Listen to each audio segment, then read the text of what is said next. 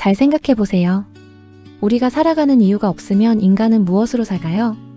지금으로부터 약 2800년 전에 쓰인 이야기인데 그 이야기가 지금 이 순간에도 이렇게 생생하게 살아있다는 사실이 저는 항상 놀라워요.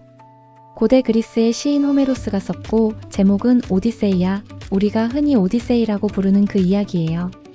근데 저는 오늘 이 이야기를 그냥 신화로 소개하려는 게 아니에요. 왜냐면 이 이야기 안에는 지금 우리가 매일 겪고 있는 것들, 우리가 밤마다 두려워하는 것들, 우리가 평생 찾아 헤매는 것들이 전부 담겨 있거든요. 주인공 오디세우스는 트로이 전쟁을 끝내고 집으로 돌아가려고 하는데 그 여정이 무려 10년이에요. 10년 동안 괴물을 만나고 유혹을 받고 길을 잃고 동료를 잃고 죽을 고비를 수도 없이 넘겨요. 그리고 결국 집에 돌아와요. 이게 전부예요. 근데 이 단순한 이야기 안에 인간이 살면서 겪는 거의 모든 것이 담겨 있어요. 오늘 그걸 함께 천천히 들여다볼 거예요. 오디세이는 무엇에 관한 이야기인가? 오디세이를 처음 읽으면 대부분 이렇게 생각해요. 모험 이야기구나, 영웅이 어려움을 극복하는 이야기구나 라고요.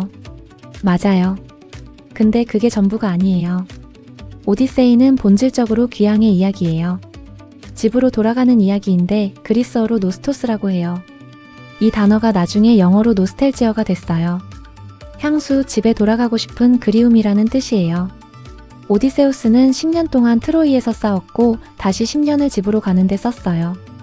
총 20년을 고향과 가족으로부터 떨어져 있었는데 그 20년 동안 그가 가장 필사적으로 붙들려 했던 것이 바로 자기 자신이었어요. 이게 핵심이에요. 오디세이는 단순히 집으로 돌아가는 이야기가 아니라 자기 자신으로 돌아가는 이야기예요. 그리고 그 여정이 사실은 우리 모두의 이야기예요. 우리는 살면서 수없이 자신을 잃어요. 역할에 치여서, 관계에 흔들려서, 실패에 무너져서, 욕망에 끌려서 자신이 누구인지 모르게 되는 순간들이 오거든요. 그리고 오래 헤매다가 다시 자신에게로 돌아오려 해요. 오디세우스가 걸었던 바로 그 길을요. 오디세우스라는 인물 자체도 아주 독특해요. 아킬레우스처럼 무적의 전사가 아니고 헤라클레스처럼 엄청난 힘을 가진 것도 아니에요. 오디세우스의 특기는 꾀예요, 지혜예요, 말이에요.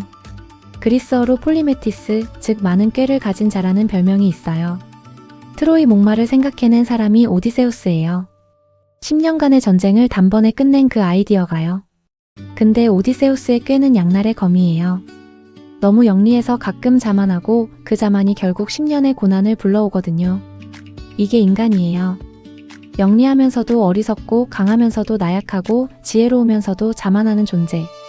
오디세우스가 영웅인 이유는 완벽해서가 아니라 불완전한데도 포기하지 않았기 때문이에요. 독일 철학자 마르틴 하이데거는 거주함에 대해 이야기했어요. 인간은 단순히 공간 안에 있는 게 아니라 거주한다고요. 그 공간과 관계를 맺고 그 공간 안에서 의미를 만드는 거예요. 그러니까 집은 그냥 물리적인 건물이 아니에요.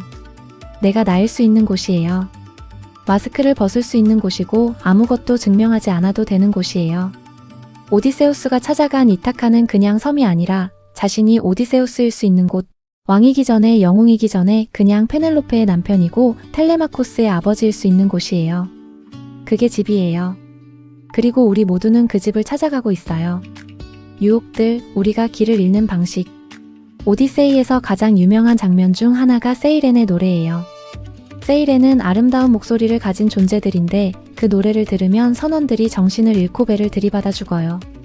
오디세우스는 이 노래를 듣고 싶었어요. 근데 죽고 싶지는 않았어요. 그래서 선원들의 귀를 밀랍으로 막고 자신은 돛대에 몸을 묶었어요.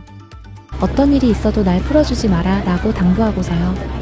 그리고 세이렌의 노래를 들었어요. 들으면서 미칠 것 같았고 저 소리 쪽으로 가고 싶어서 풀어달라고 소리쳤어요. 근데 선원들은 지시대로 더 꽉 묶었어요. 배가 지나갔고 소리가 멀어졌어요. 오디세우스는 살았어요. 세이렌이 특별한 건 거짓 약속을 하지 않는다는 거예요. 세이렌은 우리한테 오면 네가 알고 싶은 모든 것을 알게 해줄게 라고 노래해요. 지식이에요. 완전한 알미예요. 인간이 가장 원하는 것 중 하나를 건드리는 거예요. 심리학적으로 세이렌은 충동이에요. 이게 틀렸다는 걸 알면서도 거부하기 어려운 강렬한 끌림이에요. 오디세우스가 돛대에 묶인 것은 심리학에서 말하는 사전 개입 전략이에요. 미래에 내가 어떤 나쁜 선택을 할지 알고 현재의 내가 미리 그걸 막는 거예요. 신용카드를 냉장고 안에 얼려두는 것, 핸드폰을 다른 방에 두고 자는 것, 이게 다 오디세우스가 돛대에 묶인 것과 같은 원리예요.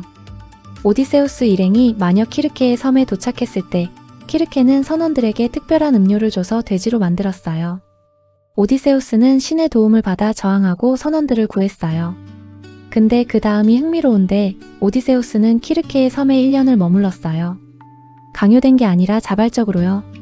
거기서 먹고 마시고 편안하게 지냈는데 선원들이 마침내 이제 집에 가야 하지 않냐고 말하고서야 오디세우스가 정신을 차렸어요. 철학자 장 폴 사르트르는 이걸 나쁜 신앙이라고 불렀어요. 인간이 자유를 가졌으면서도 그 자유를 포기하고 편안한 상황에 안주하는 거예요. 심리학에서는 현상 유지 편향이라고 해요. 안정적인 직장이지만 하고 싶지 않은 일을 계속하는 것, 좋지 않은 관계인 걸 알면서도 익숙해서 머무르는 것, 이게 다 키르케의 섬이에요. 칼립소의 이야기는 오디세이에서 가장 철학적인 장면이에요. 오디세우스는 님프 칼립소의 섬에 7년을 머물렀고 칼립소는 오디세우스에게 불멸을 약속했어요. 나와 함께 있으면 너를 영원히 늙지 않게 해줄게 라고요. 오디세우스는 거절했어요. 낮에는 바닷가에 앉아서 고향 쪽을 바라보며 울었어요. 이 장면이 왜 철학적으로 중요하냐면 오디세우스가 불멸을 거부했기 때문이에요. 하이데거는 인간을 죽음을 향한 존재라고 불렀어요. 인간은 죽는다는 사실을 알고 있는 유일한 존재이고 그 알미 역설적으로 삶에 의미를 준다는 거예요. 영원히 산다면 뭔가를 지금 해야 할 이유가 없어요. 모든 것이 미룰 수 있는 것이 되고 아무것도 절박하지 않아요. 오디세우스는 그걸 알았어요. 제한된 시간이 있기에 지금이 소중한 거예요. 인물들, 우리 안의 다양한 목소리. 오디세우스가 20년을 떠나 있는 동안 페넬로페는 이타카에서 기다렸어요. 수백 명의 구원자들이 왕비의 자리를 탐냈고 오디세우스가 죽었을 거라며 새 남편을 선택하라고 압박했어요. 페넬로페는 내가 이 수의를 다 짜면 그때 결혼하겠다고 했어요. 낮에 수의를 짜고 밤에 몰래 풀었어요. 그렇게 3년을 버텼어요. 페넬로페는 단순히 기다린 게 아니에요. 능동적으로 기다렸어요. 프랑스 철학자 가브리엘 마르셀은 충실함을 단순한 약속 이행이 아니라 살아있는 헌신이라고 했어요. 시간이 지나도 상황이 바뀌어도 그 헌신이 유지되는 것. 페넬로페에게 오디세우스는 20년 동안 없었고 죽었을 수도 있었고 소식도 없었는데 그 불확실성 속에서도 충실했어요. 연구에 따르면 고통이 올 것이라는 확실한 예고가 있을 때보다 올 수도 있고 안 올 수도 있다는 불확실한 상황에서 스트레스 호르몬이 더 많이 분비된다고 해요. 페넬로페는 그 불확실성을 20년 동안 견뎠는데 그건 단순한 사랑이 아니라 정신적 강인함이에요.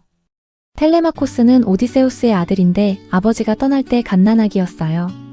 20년이 지나 청년이 됐지만 아버지의 얼굴을 기억하지 못해요. 오디세이 초반부는 텔레마코스가 아버지를 찾아 여행을 떠나는 이야기예요.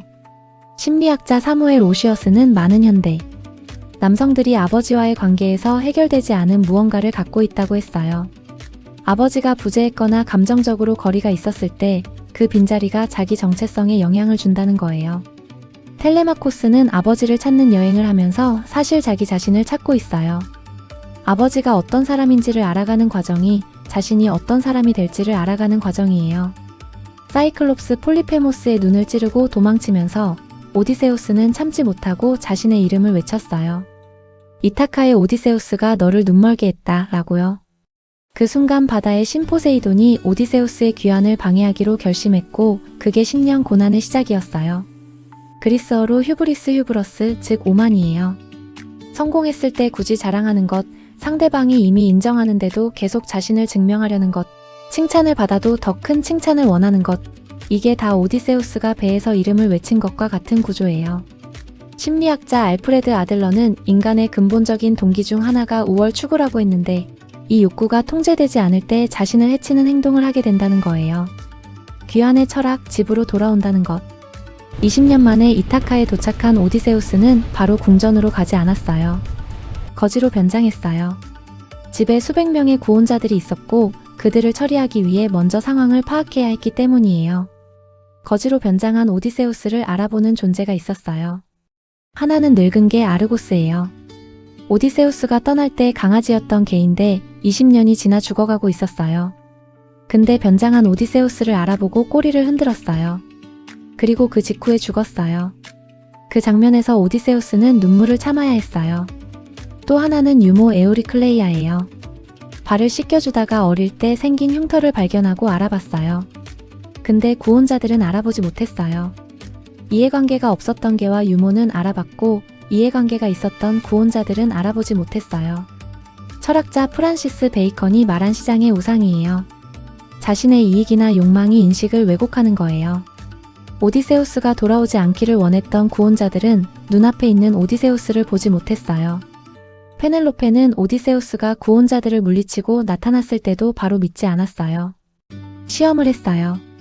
하인들에게 침대를 옮기게 하라고 했는데 오디세우스가 그 침대는 옮길 수 없다고 했어요. 내가 직접 살아있는 올리브 나무를 잘라 만든 거라서 뿌리가 아직 땅에 박혀 있다고요. 그 말을 들은 페넬로페가 울기 시작했어요. 그 비밀을 아는 사람은 진짜 오디세우스 뿐이었으니까요.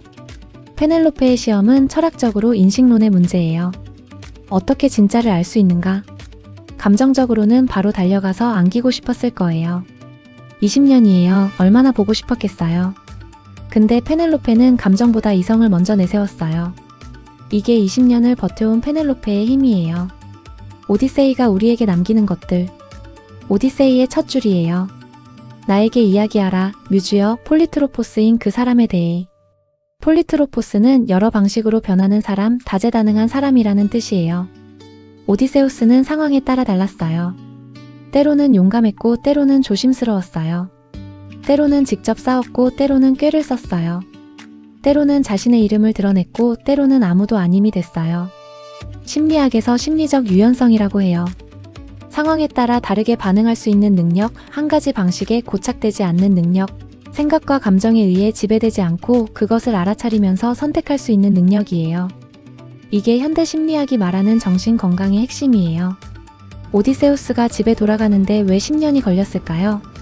신들이 방해해서라고도 할 수 있고 운이 나빠서라고도 할 수 있는데 철학적으로는 그 10년이 필요했기 때문이라고 볼 수 있어요. 세이렌의 유혹을 견딘 경험, 키르케의 편안함에서 깨어난 경험, 칼립소의 불멸을 거부한 경험, 동료들을 잃은 경험, 이 모든 것이 오디세우스를 만들었어요. 트로이를 이기고 바로 집에 돌아온 오디세우스와 10년의 여정을 거쳐 돌아온 오디세우스는 완전히 다른 사람이에요. 10년이 그를 만든 거예요. 스토아 철학자 에픽테토스는 어려움이 없는 삶에서 위대한 영혼이 나온 적이 없다고 했어요. 지금 겪고 있는 고난이, 지금 걷고 있는 멀고 어려운 길이 결국 우리를 만들고 있어요. 빨리 끝났으면 하는 이 시간이 사실 필요한 시간이에요.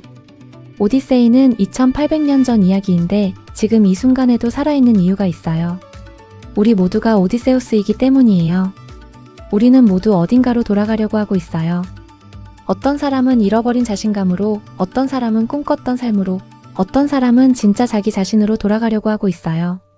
그 길이 멀고 험해요. 세이렌의 노래가 들리고 키르케의 섬이 편안하게 손짓하고 칼립소가 불멸을 약속해요. 그래도 계속 가야 해요. 왜냐면 집이 있기 때문이에요. 당신이 당신일 수 있는 곳이, 마스크를 벗을 수 있는 곳이, 아무것도 증명하지 않아도 되는 곳이 기다리고 있거든요. 그 집을 향해 걷는 것, 길을 잃어도 시간이 걸려도 때로는 울면서도 방향을 잃지 않는 것, 그게 오디세이예요. 그리고 그게 삶이에요. 오디세우스가 10년 만에 집에 돌아왔듯이 당신도 반드시 돌아가게 될 거예요. 자신에게로요. 오늘도 끝까지 함께 해주셔서 진심으로 감사합니다.